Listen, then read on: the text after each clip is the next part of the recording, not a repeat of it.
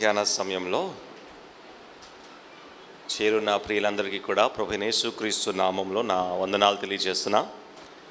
మరి ఈ 2 దినాల కూడి సమయంలోకి మనం వచ్చాం.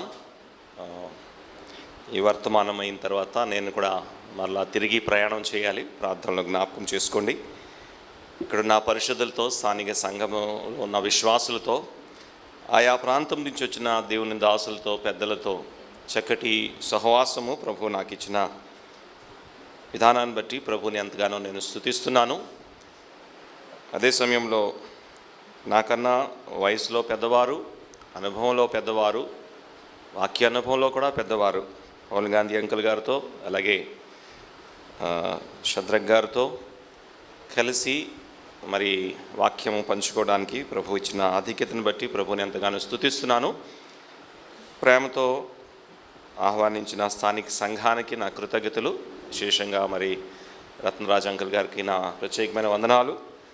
అలాగే సహోదరుడు హృదయరాజ్ గారు, వారి కుటుంబానికి కూడా ప్రత్యేకమైన వందనాలు. ఈ 2 దినాలు వారి గృహంలో ప్రభు మంచి వసతి, అంత చక్కటి ఏర్పాటు ప్రభు దయచేశాడు. అలాగే ప్రియ సహోదరుడు రమణ గారికి కూడా వందనాలు. ఎందుకంటే ఆయన ద్వారానే నేను ఈ సంఘాన్ని పరిచయం అయ్యాను. అలాగే ఆయా ప్రాంతం నుంచి వచ్చిన అనేక సేవకులు, మీ అందరూ మాట్లాడిన విధానము ప్రార్థనతో బలపరుస్తారని నమ్ముచు మీకు నా కృతజ్ఞత తెలియజేస్తున్నాను. సహోదరులు కూడా మరి వచ్చి పరిచర్య చేశారు, పురికలిపారు, వారికి కూడా కృతజ్ఞతలు. అపోస్తల కార్యగ్రంథము 2వ అధ్యాయం 42వ వచనాన్ని మరలా మనం చదువుకుందాం. అపోస్తల కార్యగ్రంథము 2వ అధ్యాయము 42వ వచనాన్ని మనం చదువుకొని మధ్యాహ్న వాక్య ధ్యానంలోకి వెళ్దాం.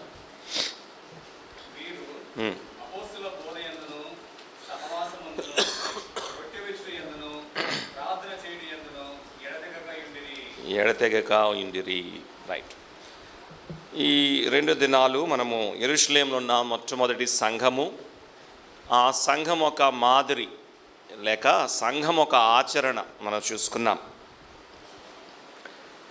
ఉదయకాల సమయంలో అపోస్తల బోధ ఒక ప్రాముఖ్యత, ఎందుకు సంఘములో వాక్యము బోధించబడాలి అనే అంశాన్ని మనం చూసాం. ఈ మధ్యాహ్న సమయంలో ఈ ఎడతెగక అనే మాట మనము కలిసి ధ్యానించబోతున్నాం. వీరి గురించి రాయబడిన ఈ శ్రేష్టమైన మాట, అసలు ఎవరు వీరు? ఒక పండుగను జరపడానికి యెరూషలేముకు వచ్చారు. యేసు ప్రభు ద్వారా పట్టబడారు, సువార్త ద్వారా పట్టబడారు. భూలోకంలో మొట్టమొదటి సంఘముగా వారు స్థాపించబడారు. ఈ 3000 మంది గురించి దేవుని యొక్క పరిశుద్ధాత్మ మనకి రాసి అందించిన విషయం ఏంటి అంటే, వీరు అపోస్తల బోధ యందు, సహవాసం యందు, రొట్టె విరుచుట యందు, ప్రార్థన యందు ఎలాగున్నారంట? ఎడతెగక ఉన్నారు అన్నారు. ఎడతెగక అంటే కొంచెం కఠినమైన, అంటే సారికి ఆ మాటలు అంటే నా నోరు కూడా తిరగదు. ఆయన అర్థం చేసుకోవడానికి మానక ఉన్నారు అంటే మన ధ్యానం కొంచెం సులువు అవుతుందని ఆ మాట పరిచయం చేస్తున్నాను. మానక అన్నా అదే అర్థం కదా. ఎటువంటి పరిస్థితుల్లో వీరు మానక ఉన్నారు లేకపోతే ఎడతెగక ఉన్నారో ఆలోచన చేస్తే చక్కటి పాఠం మనకు దొరుకుతుంది. కనీసము 7 లేకపోతే 8 సంగతులు చూస్తాం. ఈ విషయాల్లో కూడా మానక వీరు కొనసాగారే, అది నేటి తరంలో మనకు కూడా ఒక మాదిరి. ఎంతమంది ఉన్నారు వీరు అంటే 3000 పై మంది ఉన్నారు కదా. 3000 మంది యేసుప్రభువునందు విశ్వాసం ఉంచి ఆ దినం బాప్తిసం తీసుకున్నారు. 120 మంది ఆల్రెడీ ఉన్నారు.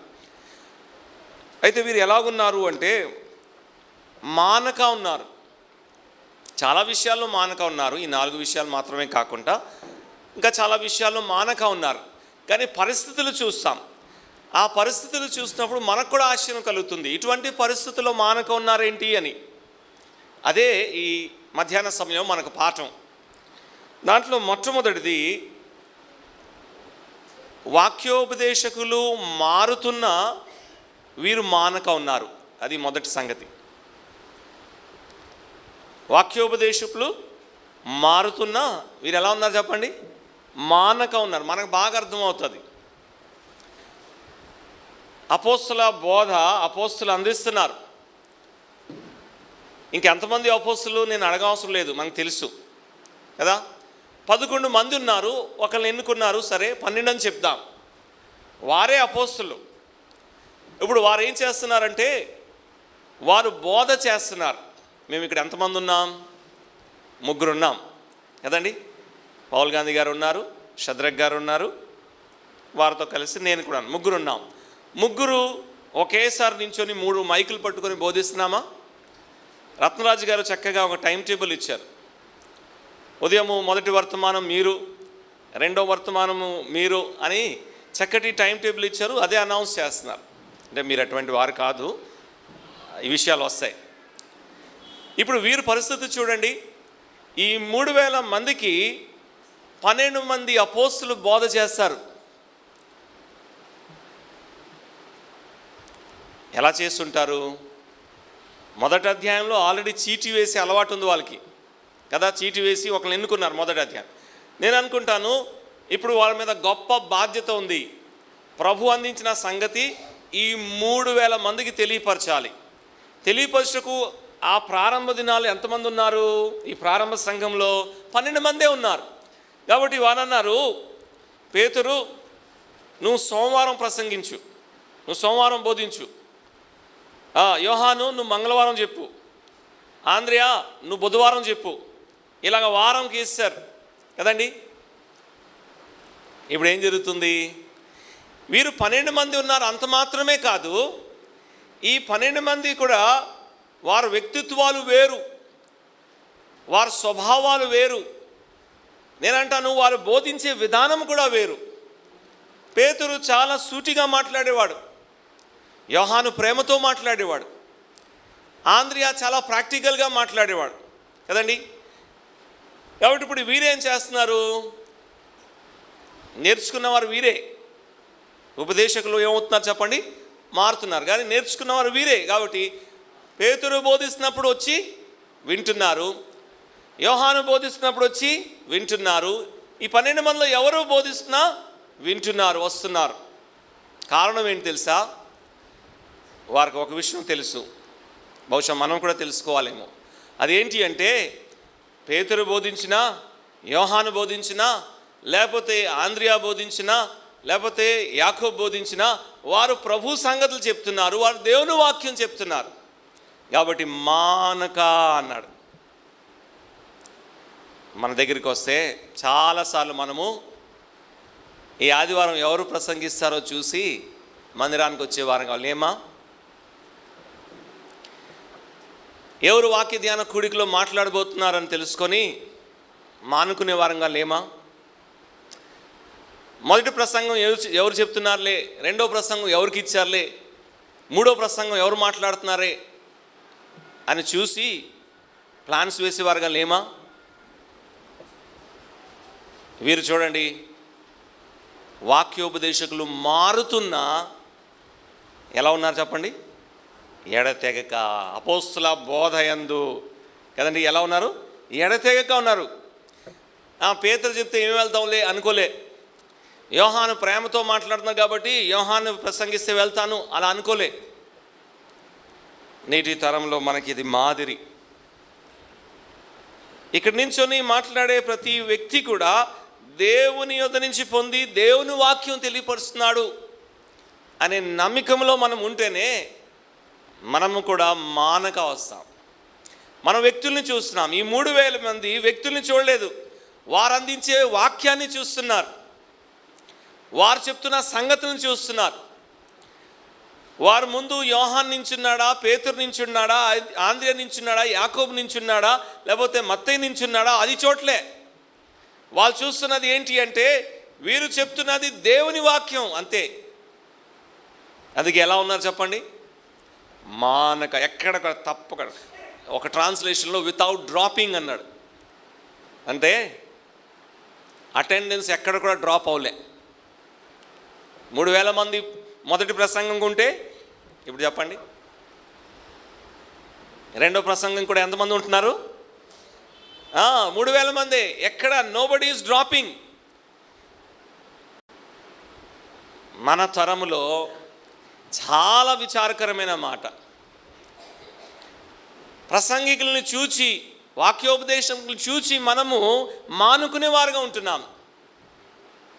అంటే ఇతను చెప్తే ఇది దేవుని వాక్యం, ఇతను చెప్పకపోతే ఇతను చెప్తే ఇది దేవుని వాక్యం కాదు అని మనకు మనమే నిర్ణయించుకుంటున్నాం.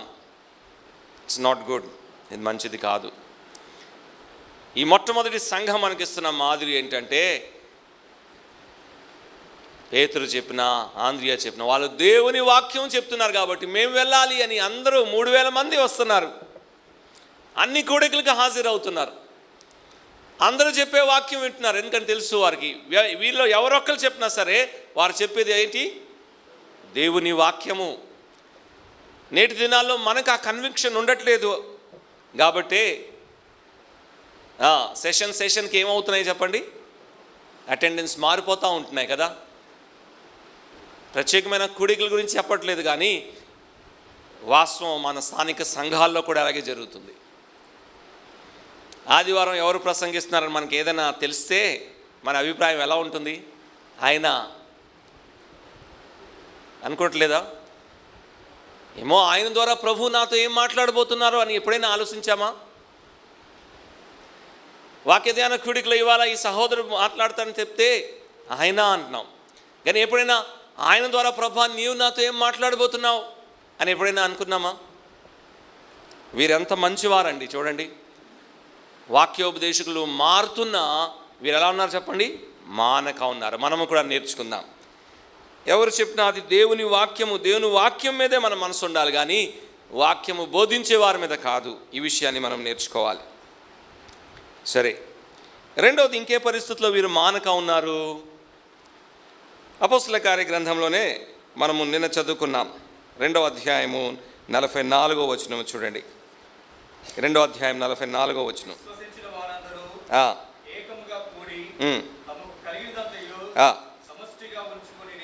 ఇంకా చదువుదాం. రైట్. చరస్థిరాస్తులను అమ్మి, రెండోది ఆస్తులు అమ్మే పరిస్థితులు వచ్చినా మానకున్నారు. అసలు ఆస్తులు అమ్మే పరిస్థితి ఎందుకు వచ్చింది? సహవాసం బట్టే కదా. ఆస్తులు అమ్మే పరిస్థితి ఎందుకు వచ్చింది? విశ్వాసం బట్టే కదా. యేసు ప్రభు సువార్త విన్నారు, వక్రమైన తరం నుంచి వేరయ్యారు, సంఘముగా స్థాపించబడారు, సహవాసంలో కొనసాగుతున్నారు. అక్కడ అవసరాలు ఉన్నాయి. ఏం చేశారు? వారు ఆస్తులు అమ్మి ఆ అవసరాలని తీరుస్తున్నారు. వారి విశ్వాసాన్ని బట్టే ఆస్తులు అమ్మే పరిస్థితి వచ్చింది. అయితే పాయింట్ నెంబర్ 2 ఏంటి అంటే, వీరు ఎంత మంచివారంటే ఆస్తులు అమ్మే పరిస్థితులు వచ్చినా ఏం చేశారు చెప్పండి? మానక అన్నాడు. అక్కడికి వెళ్తే నీకు నష్టం కలుగుతుంది, నీకున్నవన్నీ కూడా నువ్వు కోల్పోతావు అని చెప్పినా సరే, నాకున్నవి నేను కోల్పోయినా పర్లేదు, కానీ ఐ వాంట్ దట్ ఫెలోషిప్, నాకు ఆ సహవాసం కావాలి. అక్కడున్న స్తుతి, అక్కడున్న ఆనందము, అక్కడున్న ప్రేమ, అక్కడున్న ఆ ఐక్యత, దాన్ని నేను ప్రేమిస్తున్నాను కాబట్టి నేను నష్టపోయినా పర్వాలేదు అని ఏం చేశారు చెప్పండి? మానక. అంటే ఎంత నష్టము కలిగినా సరే ఏమైంది చెప్పండి? మానక కొనసాగుతున్నారు. అనుకుందాం, క్షమించాలి బ్రదర్, రత్నరాజు గారు ఇలాగ అన్నారనుకోండి, ఎవరైనా యవనస్తులతో, మీతో అయినా సరే పర్లేదు, 2 రోజులు కూడికలు ఖర్చు అవుతుంది, తొందరగా వెళ్ళి మార్కెట్లో నీ బైక్ అమ్మేసి డబ్బులు తీసురా అన్నారనుకోండి, వస్తామా మనం మరలా? నీ బైక్ అమ్మే మార్కెట్లో ఎంత డబ్బులు వస్తుంది అది పట్టుకురా అన్నారనుకోండి, వస్తామా మరలా? వీరేం చేశారు చెప్పండి? ఆస్తులు అమ్మే పరిస్థితులు వచ్చినా మానక అన్నారు. అంటే దాని అర్థం ఏంటి అంటే, ఆస్తులు అమ్మేయని కాదు, ఎంత నష్టం వచ్చినా సహవాసం మాత్రం మానలే కదండి. వాళ్ళకి ఎంత హాని కలిగినా, ఎంత నష్టం వచ్చినా, ఒక విధంగా వారికే తినడానికి లేకపోయినా ఏం చేశారు చెప్పండి? సహవాసం మాత్రము మానలేదు. మనమైతే చిన్న నష్టం వస్తే చాలు, చిన్న ఇబ్బంది కలిగితే చాలు, చిన్న శ్రమ వస్తే చాలు, ఏమవుతాం? ఏం చేస్తాం చెప్పండి? మొట్టమొదటిగా మానేది ఏంటి? అసలు అవన్నీ వద్దండి. నేను పేర్లు చెప్పను కానీ, అయ్యా ఇవాళ బైబిల్ చదివావా అంటే చదవలేదు అంకుల్ అని. సరే ఎందుకు చదవలేదంటే తలనొప్పిగా ఉంది అందుకని. ఆఫ్టర్ ఆల్ చిన్న తలనొప్పి వస్తేనే ఏం చేస్తున్నాం చెప్పండి? వాక్యం మానేస్తున్నాం, ప్రార్థన మానేస్తున్నాం. మానక అన్నాడు. ఎంత నష్టం కలిగిన వీరు చూడండి, మానక. మనం చూడండి, మన విశ్వాసాన్ని బట్టి నష్టం కలిగితే ఏం చేస్తున్నాం? మనము మానవేశ్వరంగా ఉంటున్నాం. జాగ్రత్త పడదాం. మన తరంలో మనము కూడా అరే వీరు అంతా నష్టపోయి కూడా అక్కడికి వెళ్తున్నారు అనే ఒక సాక్ష్యం సంపాదించగలిగితే ఆ సాక్ష్యమే వారిని మన దగ్గరికి తీసుకొచ్చేది కదండి. ఈ 3,000 మంది హఠాత్తుగా వారి ఆస్తులంతా అమ్మేశారు, అమ్మేసి పంచిపెట్టేస్తారు. మిగతా వాళ్ళకి ఎలా అనిపిస్తుంది? అందుకే అక్కడ రాశాడు, తర్వాత రాశాడు, భయము కలిగెను అనే మాట రాశాడు. అది ఇక్కడ ఉంటుందో లేదో చూద్దాం ఒకసారి. 43 చూడండి, 43 ఉంది. ప్రతివానికి భయము. ఎందుకు భయం అండి? ఎందుకు భయం తెలుసా? ఈ సహవాసం ఎంత గొప్పదో. వీరు ఆస్తులు కోల్పోవడానికి కూడా ఇష్టపడుతున్నారు. ఈ సహవాసం ఎంత గొప్పదో, వీరు విశ్వాసం ఎంత గొప్పదో. అసలు ఇలాగ మనం ఉండగలమా? ఇలా మనం చేయగలమా? మనం ఇలా చేస్తున్నామా? వీరేంటి ఇంత త్యాగం చేస్తున్నారని భయం కలిగింది. మన తరంలో ఆ మాట అనట్లేదు కానీ ఒకవేళ అటు ఇటు అంటున్నా నాకు తెలీదు. పూర్వకాలంలో పెద్దవాళ్ళు, నాకన్నా వయసులో పెద్దవాళ్ళు చెప్తారు, అంతా బాగుంటుంది సువార్త విని. యేసు ప్రభుని అంగీకరించాలంటే భయపడేవారు. అదే ఇప్పుడు మనకున్న భయం కాదు, వారికున్న భయం ఏంటంటే ఆ స్టాండర్డ్ ప్రకారం మేము జీవించగలమా లేదా. అంటే మనకు ముందున్న వారు విశ్వాసులు వారి భక్తి జీవితాన్ని, పరిశుద్ధ జీవితాన్ని ఆ స్థాయిలో ఉంచారు. యేసు ప్రభు అంటే మాకు ఇష్టమే అండి అనేవారు. సువార్త మేము అంగీకరిస్తాం, ప్రభు బోధలు చాలా బాగున్నాయి, కానీ చిన్న భయం అండి, అలాగా మేము జీవించగలమా లేదా కదండి. ఇప్పుడు ఆ భయమే లేదు, ఇప్పుడు వేరే భయం వచ్చింది. The standards are so high. ఇక్కడ ప్రజలకు భయం. వీళ్ళు ఆస్తులు అమ్మేసి పంచుతున్నారు, వీరు ఎంత నష్టం కలిగినా కూడికలు మానట్లేదు అని ప్రజలకు ఏం కలిగింది? Oh there is something very great. అసలు వీళ్ళు జోలికి వెళ్ళకూడదు అనుకున్నారేమో. ఆస్తులు అమ్మే పరిస్థితులు వచ్చినా మానక కొనసాగారు. 2వ అధ్యాయంలో 3వ చూద్దాం చూడండి.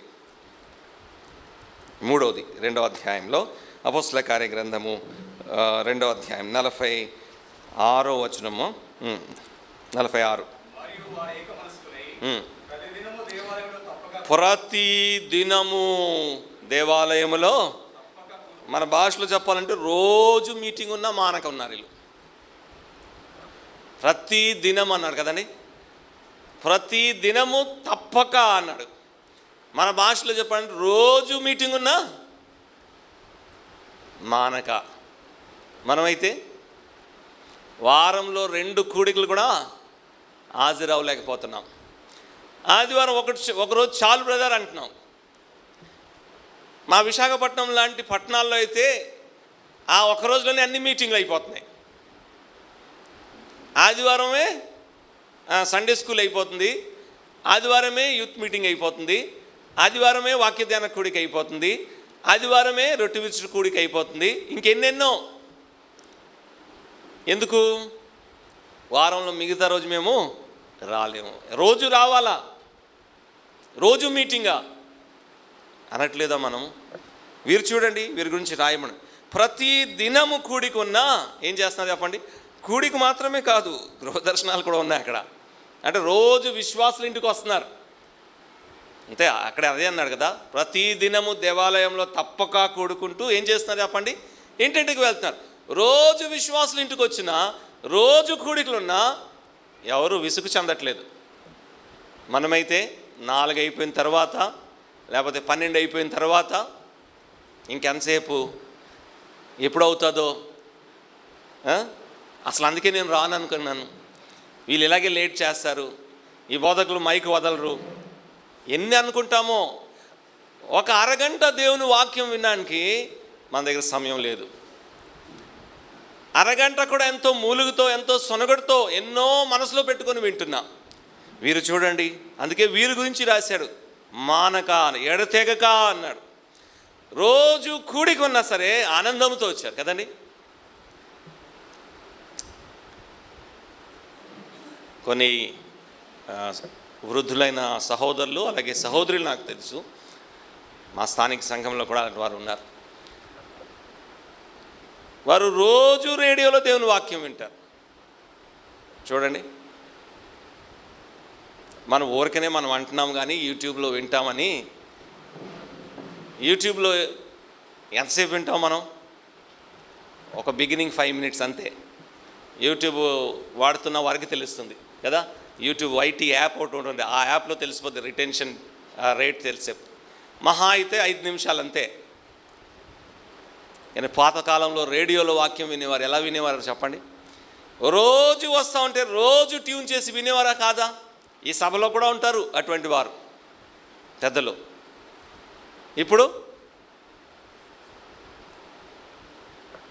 యూట్యూబ్ కొత్తగా వచ్చినప్పుడు, వాట్సాప్లు కొత్తగా వచ్చినప్పుడు ఆహా అనుకుంటాం. మన ప్రతీదీ ఏం చేస్తాం? మనం స్పిరిచువలైజ్ చేస్తాం. మరి ఎక్కడి నుంచి వచ్చిందో మనకు అలవాటు తెలియదు, కానీ వీ స్పిరిచువలైజ్ ఎవ్రీథింగ్. అది మంచిదే, కానీ ఏం చేస్తాం? ఇప్పుడు నేను మా సంఘంలో చెప్తాను, ఇక్కడ కూడా చెప్తున్నాను, వాట్సాప్లో ఎవరు కూడా వాక్య సందేశాలు పెట్టొద్దు, ఆ ఫ్లేయర్స్ పెడుతున్నారు, ఇవి పెడుతున్నారు కదా. దానివల్ల దేవుని వాక్యం ఒక విలువ తగ్గించేస్తున్నాం. కొన్నిసార్లు మనం చూడట్లేదు కూడా, అంతే. జస్ట్ అది డౌన్లోడ్ అయిపోయి అది పాస్ అయిపోతుంది కదండి. 10 మంది మనకి 10 వాక్యాలు పెడితే నిజంగా 10 వాక్యాలు మనం చదువుతున్నామా? జస్ట్ ఏం పంపించి అయిపోయింది, అది కూడా బిగినింగ్ ఫస్ట్ లైన్ చదివేస్తాం. వాక్య విలువ ఎంత తగ్గిపోయిందో చూడండి. స్టేటస్లు పెడుతున్నారు, అవి కూడా సగం చూస్తున్నాం, అవి కూడా మనస్ఫూర్తిగా చూడలేదు, కానీ దాంట్లో దేవుని వాక్యం ఉంటుంది. కానీ దేవుని వాక్యాన్ని నేను చూస్తున్నానని భయం లేదు మనకి. మీరు చూడండి, ప్రతిరోజు కూడికొన్న మానక కొనసాగారు. అందుకే హెబ్రీ గ్రంథకర్త చివరికి వచ్చేటప్పుడు నేను అంటాను, బాధతో రాస్తుంటాడు. ఇలా ప్రారంభమైంది సంఘము, రోజు కూడిలతో ప్రారంభమయ్యి ఏమంటున్నాడు? కొందరు మాన్నట్లు సమాజముగా కూడుకుంటా మానద్దు అంటున్నాడు. అంటే అప్పటికే మానేశారు ఇంకా చాలామంది. అప్పటికే ఆ ప్రవృత్తి వచ్చేసింది, ఇంకేమైనా రోజు వెళ్ళాలా అనే ఆ మాట వచ్చేసింది. కానీ దేవుడు మనకి మరలా జ్ఞాపకం చేస్తున్నాడు. 3 చూసాం మనం. 1, వాక్యోపదేశకులు మారుతున్నా వారు మానక కొనసాగారు, ఎడతెగక. 2, ఆస్తులు అమ్మే పరిస్థితులు వచ్చినా, ఎంత నష్టం కలిగినా వారు మానక కొనసాగారు. 3, రోజు కూడికున్న, ప్రతి దినము కూడికున్న. బహుశా మనలో చాలామంది రోజు కూడికున్నా మేము వస్తాం బ్రదర్ అనేవారు ఉన్నారు. దేవునికి స్తోత్రం. అయితే 6వ అధ్యాయంకి రండి. 6వ అధ్యాయం 1వ వచనం. అదే సంఘము.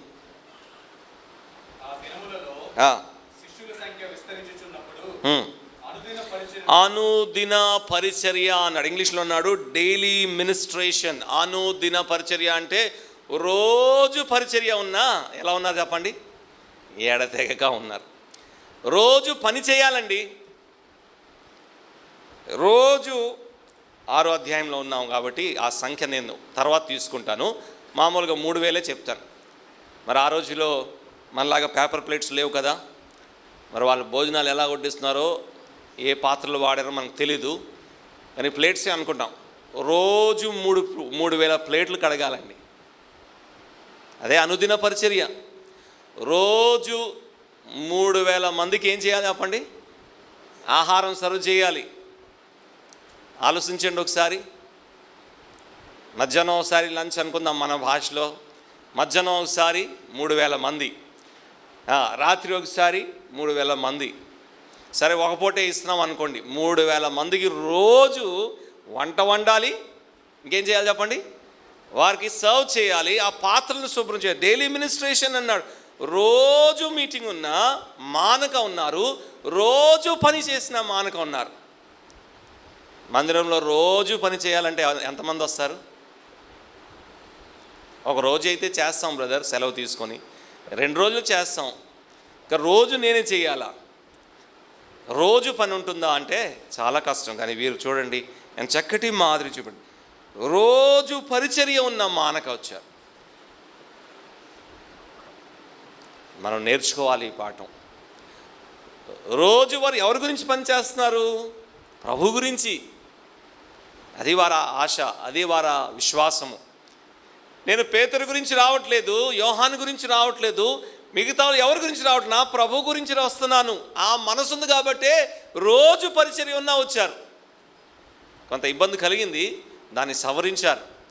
కానీ పాఠం ఏంటి అంటే రోజు పరిచర్య ఉన్నా వారు మానక కొనసాగారు. మనమైతే ఈ విషయాల్లో ఎంత వెనకపడి ఉన్నామో మనం చూస్తున్నాం. 6వ అధ్యాయంలో ఉన్నాం. సమస్య వచ్చింది, దాన్ని పరిష్కరించారు. ఎలా పరిష్కరించారు? దాంట్లో ఒక పాఠం ఉంది. 5వది అదే. మాకు 7 కావాలి అన్నారు. 7 వచ్చారా లేదా? వచ్చారు. ఆ 7 ఏం చేశారు చూడండి. 6వ వచనం చదువుదాం. 6వ అధ్యాయం 6వ వచనం. ఆ అపోస్తుల ఎదుట ఈ 7 నిలవబెట్టారు. వారి మీద ఏం చేశారు చెప్పండి? చేతులెత్తి ప్రార్థన చేశారు. In a sense they got a recognition. వాళ్ళకు ఒక గుర్తింపు వచ్చింది.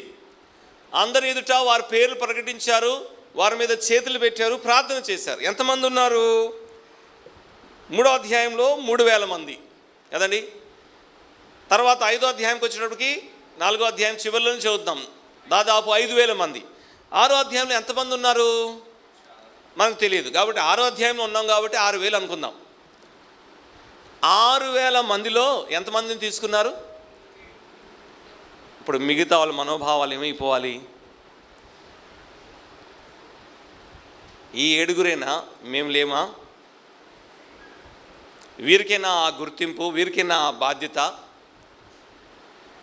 మేము కూడా మొదటి రోజే ప్రభుని నమ్ముకున్నాం కదా, మేము కూడా ఎడతెగ వస్తున్నాం కదా, మేము ఆత్మతో జ్ఞానంతో నిండిన వారమే ఉన్నాం కదా. 6000 అంటే ఊరికి నెల అంటున్నాను. 6000 మందిలో 7 తీసుకుంటే మిగతా వాళ్ళ మనోభావాలు ఏం దెబ్బతినలే. 5వ వచనం చదివితే మనకి ఎంత ఆనందం కలుగుతుందో చూడండి. పేతురు మిగతా అపోస్తులు ఏమన్నారంటే 7 ఎన్నుకున్నా అంటే ఏమన్నారు చెప్పండి? ఈ మాట జన సమూహం అంతటికి ఇష్టమైనందున ఎవ్వరు మనోభావాలు దెబ్బతినలే, అందరూ ఆనందించారు. 5వ పాఠం ఏంటంటే వారితో ఉన్నవారే ఆధిక్యతలోకి నడిపించబడి గుర్తించబడినప్పుడు వారు అసూయపడలే. ఇంకా మేమేం చేస్తాంలే పరిచర్య, మమ్మల్ని కన్సిడర్ చేయలేదు కదా అని ఎవరింటికి వాళ్ళు వెళ్ళలేదు. వారితో ఉన్నవారే ఆధిక్యతలోకి నడిపించబడినప్పుడు కూడా వారు మానక ప్రభువులో కొనసాగుతున్నారు. అప్పటి వరకు వారితో కలిసి పరిచర్య చేస్తున్న వారే, కలిసి ప్రార్థన చేస్తున్నారు, వాక్య సువార్తను ప్రకటిస్తున్నారు, కలిసి వారి మందిరానికి వస్తున్నారు, దర్శిస్తున్నారు, కలిసి అంత చేస్తున్నారు. ఒకరోజు ఏమైందంటే 7 వేరుపరిచారు, అందరి ముందు ఎదుట నించోబెట్టారు, వాళ్ళ మీద చేతులు పెట్టారు, ప్రార్థన చేసి వారికి గుర్తింపు ఇచ్చారు. మిగతా వారు ఎవ్వరూ బాధపడలే. మమ్మల్ని పిలవలేదులే, మమ్మల్ని ఎన్నుకోలేదులే, మా పేరు ప్రకటించట్లేదులే అని ఎవ్వరూ బాధపడలేదు. ఈ మాట అక్కడున్న జనశ్రమ అందరికీ ఇష్టమైంది. అందుకే ఏం చేశారు చెప్పండి? మానక. చాలాసార్లు మనతో ఉన్నవారు మనకన్నా ముందు వెళ్ళిపోతే మనం ఏం చేసేవారుగా ఉన్నాం చెప్పండి? మానుకునేవారుగా ఉంటున్నాం. చాలాసార్లు మనతో సమానులే, మనతో ఉన్నవారే, బహుశా మన తర్వాతే ప్రభువులో వాళ్ళు వచ్చారేమో, కానీ వారిని ప్రభు ఆధిక్యతలకు నడిపించినప్పుడు, వారిని ఉన్నతమైన స్థానంలో ప్రభు నిలవబెడుతున్నప్పుడు, వారికి ఒక గుర్తింపు, బాధ్యత, పరిచర్య ప్రభు ఇస్తున్నప్పుడు మన మనసులో ఎలాంటి భావన ఉంటుంది? ఎంత బాధపడతాం కదా, ఎంత దుఃఖిస్తామో, ఎంత సొనుగుతామో. ఇంకెందుకు వెళ్తానులే నేను మందిరానికి, ఇన్ని సంవత్సరాల నుంచి వస్తున్నాను కానీ నన్ను వాళ్ళు కన్సిడర్ చేయలేదు, నేను ఇంకేం వస్తాను మందిరానికి అని. వీరు ఎంత మంచివారండి. వీరితో ఉన్నవారే ఆత్మీయమైన స్థానంలో ఎదిగి ఆ పైకి ఆ ముందుకు వెళ్తుండగా వీరు సంతోషించి వారితో ఏకీభవిస్తూ పరిచర్య చేశారు. అందుకే వీరి గురించే రాశారు, మానక. ఐదోది, వారితో ఉన్నవారు గుర్తించబడి బాధ్యత ఇవ్వబడినప్పుడు కూడా వారు మానక కొనసాగారు. చాలాసార్లు ఇప్పుడు సంఘాల్లో సమస్యలు ఏంటి? మాకు బాధ్యతలు ఇవ్వాలి, మమ్మల్ని గుర్తించాలి, మా పేరు ప్రకటించాలి, మాకు ఏదో ఒక పోస్ట్ సంఘంలో ఇవ్వాలి, అంతే. ఇవ్వకపోతే అంతే, మానేస్తాం, ఇంక మేము రాము, మా ఇంట్లో నుంచి ఎవరు రారు. చూసుకోండి, బ్లాక్మెయిల్ చేస్తున్నాం సంఘానికి కదా. అలా కాదు. మన కళ్ళెదుటనే మనకన్నా వెనక ప్రభువును నమ్ముకున్న వారైనా, మన తోటి వారైనా సరే, ప్రభు ఒకవేళ వారికి ఆధిక్యత ఇచ్చి వారిని తన సేవలో ఇంకా ఉన్నతమైన స్థాయిలో తీసుకెళ్ళినప్పుడు మనం ఆనందించి ప్రభువులో మనం కొనసాగాలి. అది మనం ఇక్కడ నేర్చుకున్న పాఠం. ఐదోది, ఆ పాఠం మనం నేర్చుకుంటున్నాం. ఆరోది,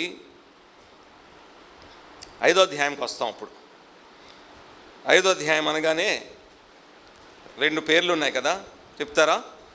హనన్యా, సఫీరా. హనన్యా, సఫీరా వాళ్ళు కొంత వారు భూమిని అమ్మారు, కొంత ధనము వారు దాచి ఉంచారు. కానీ అపోస్తలుల దగ్గర కొంత అమౌంట్ ధనరాశిని తీసుకొచ్చి, అయ్యా మేము అమ్మింది ఇంతే అని చెప్పారు. అవన్నీ 1 నుంచి 10 వచనాల వరకు ఉన్నాయి, మీరు తర్వాత చదవండి. అయితే ఏం జరిగింది? ఇద్దరు ఏమైపోయారు చెప్పండి? హనన్యా, సఫీరా వారు ఇద్దరు ఏమైపోయారు? ఇద్దరు చనిపోయారు. 11వ వచనాన్ని చదువుకుందాం. 5వ అధ్యాయం 11వ వచనం.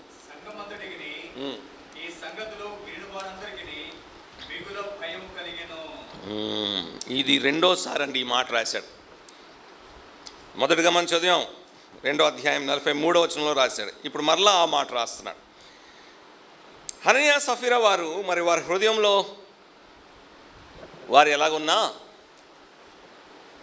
వారి గురించి తీర్పు వచ్చినా అవి నేను చెప్పట్లేదు. కానీ మిగతా వాళ్ళకి వారు ఎలా ఉన్నారు అంటే ఆత్మీయులుగా కనబడుతున్నారు, భక్తిపరులే, ప్రార్థన చేసేవారే, ఆరాధించేవారే, సువార్తను ప్రకటించేవారే, ఆత్మీయంగా చురుగ్గా ఉన్నవారే. కానీ ఏమైపోయారు? ఒకరోజు ఇద్దరు హఠాత్తుగా పడిపోయారు. మిగతా వాళ్ళు ఏమన్నారు చెప్పండి? వాళ్ళు భయపడారు కానీ వాళ్ళు విశ్వాసంలో కొనసాగుతున్నారు. ఇక్కడ గొప్ప పాఠం మనకుంది. అదేంటి అంటే, మన కళ్ళెదుటనే మన ముందే ఆత్మీయమైన వాళ్ళు ఒకవేళ పడిపోయినా మనం మాత్రము మానక కొనసాగాలి. హనన్యా, సఫీరా వారు అప్పటి వరకు ఆ గుంపులో వాళ్ళు కూడా భక్తిపరులే. వాళ్ళు ఎలా కనబడుతున్నారంటే మంచి విశ్వాసులుగా కనబడుతున్నారు. కానీ ఒకరోజు ఏమైపోయింది? పతనమైపోయారు. వారే ఇలాగైపోతే ఇంకా మేమేం ఎందుకులే అనుకోలేదు. ఏం చేశారు చెప్పండి? వారు కొనసాగుతున్నారు. మన దినాల్లో మనం చాలా జాగ్రత్త పడాలి. మన కళ్ళెదుటనే ఎన్నో ఆత్మీయమైన వ్యక్తులు పడిపోతున్నారు. చక్కగా వాక్యం బోధించేవారు, మంచిగా ప్రార్థన చేసేవారు, మంచి నాయకులు, సంఘ పెద్దలు, అనేకమైన వారు, వీరు పరిశుద్ధులు, మంచి మాదిరి అనుకున్న సమయంలో ఏమైపోతున్నారు చెప్పండి? ఆత్మీయంగా పడిపోతున్నారు. ఏదో వార్త వారి గురించి వింటున్నాం, ఆత్మీయమైన ఆ పతనాన్ని చూసినప్పుడు ఇంకా వారే అలాగయ్యారు, ఇంకా మనం ఏం చేస్తాం అనుకోకూడదు. భయపడి మనం ఏం చేయాలి? సహవాసంలో కొనసాగాలి. మనం ముందు ఆత్మీయులు పడిపోతున్నా మనం మాత్రం విశ్వాసంలో, సంఘ సహవాసంలో, దేవుని వాక్య సహవాసంలో మనము కొనసాగాలి. మానక అన్నాడు. 6 చూసాం, 7వ చూసి మనం ముగిస్తాం. అపోస్తల కార్యగ్రంథం 12వ అధ్యాయం 1-2 వచనాలు. అపోస్తల కార్యగ్రంథం 12వ అధ్యాయం 1-2 వచనాలు.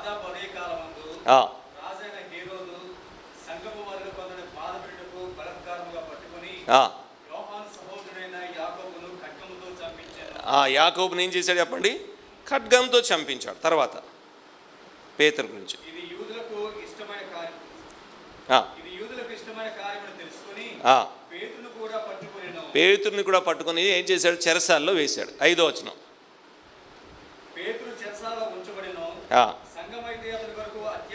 సంఘమైతే అతని కొరకు అత్యాసక్తితో ప్రార్థి. అదే సంఘం గురించి 2వ అధ్యాయంలో ఏ సంఘమో ఆ సంఘం గురించే ఈ మాట చదువుతున్నాం. 6వ అధ్యాయంలో ఏ సంఘమో ఆ సంఘం గురించి ఈ మాట చదువుతున్నాం. 7వది, నడిపించే నాయకులు లేకపోయినా సంఘానికి ఇబ్బంది కలిగిన వీరు మానక కొనసాగారు. పేతురునేమో జైల్లో వేశారు, యాకోబుని ఏం చేశారు చెప్పండి? ఖడ్గంతో చంపేశారు. ఇంకేం వెళ్తాంలే అనుకోలేదు. వాళ్ళందరూ కూడా కూడి ఏం చేస్తున్నారు చెప్పండి? ప్రార్థన చేస్తారు. ఎవరింటి వారు కాదు. 12వ వచనం చదివితే వారందరూ ఒకచాట కూడి ప్రార్థన చేస్తున్నారు కదండి. నడిపించే నాయకులు లేకపోయినా, శ్రమలు ఇబ్బంది కలిగిన మానక కొనసాగారు. అందుకే ఆ సంఘాలు అంత ఉజ్జీవంగా ఉన్నాయి, అంత ఆనందంగా, అంత సంతోషంగా కొనసాగాయి. వారి విశ్వాసము, వారి పవిత్రత ఇతరుల్ని ప్రభావితం చేయగలిగింది. మనము చీటికి మాటికి చిన్న చిన్న సాకులు చెప్పి మానుకునే వారుగా ఉంటే మన విశ్వాసం ఎవరిని ప్రభావితం చేయదు. చిన్న చిన్న విషయాన్ని బట్టి మనము సహవాసం నుంచి దూరం అయిపోయేవారుగా ఉంటే మన విశ్వాసము ఎవరిని ప్రభావితం చేయదు. జాగ్రత్త పడదాం. చిన్న చిన్న సాకులు చెప్పి మానుకునేవారుగా ఉన్నారు. అక్కడ పరిస్థితులు బాగలేదులే అని మానుకునేవారుగా ఉన్నారు. అక్కడ నాయకులు ఎవరు లేరులే అని మానుకునేవారుగా ఉన్నారు. అక్కడ నాయకులు ఉన్న వారే లోపం కలిగిన వారు పడిపోయారు, పతనమైపోయారని మానుకునేవారుగా ఉన్నారు. మమ్మల్ని వారు పట్టించుకోలేదులే, మమ్మల్ని ఏ గుర్తింపు ఇవ్వలేదులే అని మానుకునేవారుగా ఉన్నారు. అక్కడికి వెళ్తే రోజు పని చెప్తున్నారండి అని మానుకునేవారుగా ఉన్నారు. అలా కాకుండా ఇదిగో ఈ మొట్టమొదటి సంఘం ఒక మాదిరిని మనం అనుసరిస్తాం. వాక్యోపదేశకులు మారుతున్నా మానక కొనసాగారు. ఆస్తులమ్మే పరిస్థితి వచ్చినా మానక కొనసాగారు. రోజు కూడికున్నా మానక కొనసాగారు. ప్రతి దినము పరిచర్య ఉన్నా మానక కొనసాగారు. వారితో ఉన్నవారే ఆత్మీయమైన ఉన్నతమైన స్థాయికి వెళ్ళి గుర్తించబడినప్పుడు ఆనందించి మానక కొనసాగారు. వాళ్ళ కళ్ళెదుటనే ఆత్మీయులు రాలిపోయినా మానక కొనసాగారు. నాయకులు లేకపోయినా శ్రమలు కలిగిన మానక కొనసాగారు. మన దినాల్లో ఇంచుమించు మనం కూడా అదే పరిస్థితులను ఎదుర్కొంటున్నాం. ఈ పాఠాన్ని జ్ఞాపకం ఉంచుకుంటాం, ప్రార్థన చేస్తాం. ప్రభువా, మేము కూడా మా తరంలో మా భక్తి విశ్వాసాన్ని కాపాడుకుంటూ సహవాసంలో ప్రతిదినము మానక కొనసాగటకు, ఆ విధంగా మా సాక్ష్యాన్ని ఈ లోకం ఎదుట ఉంచుటకు ప్రభువా మాకు సహాయం చేయమని ప్రభుని వేడుకుందాం. తల వంచుతాం, ప్రార్థన చేస్తాం. దయగల మా తండ్రి, కృపగల మా దేవ, యెరూషలేములో ఉన్న మొదటి సంఘము ఎన్ని విషయాల్లో మాకు మాదిరిగా మీరు ఉంచిన విధానంకై మిమ్మల్ని స్తుతిస్తున్నాం. మా తరంలో మేము కూడా ఇటువంటిది ఎదుర్కొంటున్న సమయంలో ఈ సంఘము ద్వారా ఈ ఆత్మీయమైన పాఠాలు నేర్చుకోవడానికి సహాయం చేయమని, ఈ మాటల్ని మా హృదయంలో ముద్రించమని, మరొకడు మీ దాసుడు మీ పక్షంగా నిలిచిపోయి మాట్లాడుతుండగా మీ ఆత్మతో వాక్యంతో నింపి నడిపించమని, మీ నామాన్ని మీరు హెచ్చించుకొని మహిమ ఘనత ప్రభావాలు పొందుకోమని ప్రభువైన యేసు క్రీస్తు నామములో ప్రార్థన అడిగి వేడుకుంటున్నాం మా తండ్రి. ఆమేన్. అందరికీ వందనాలండి.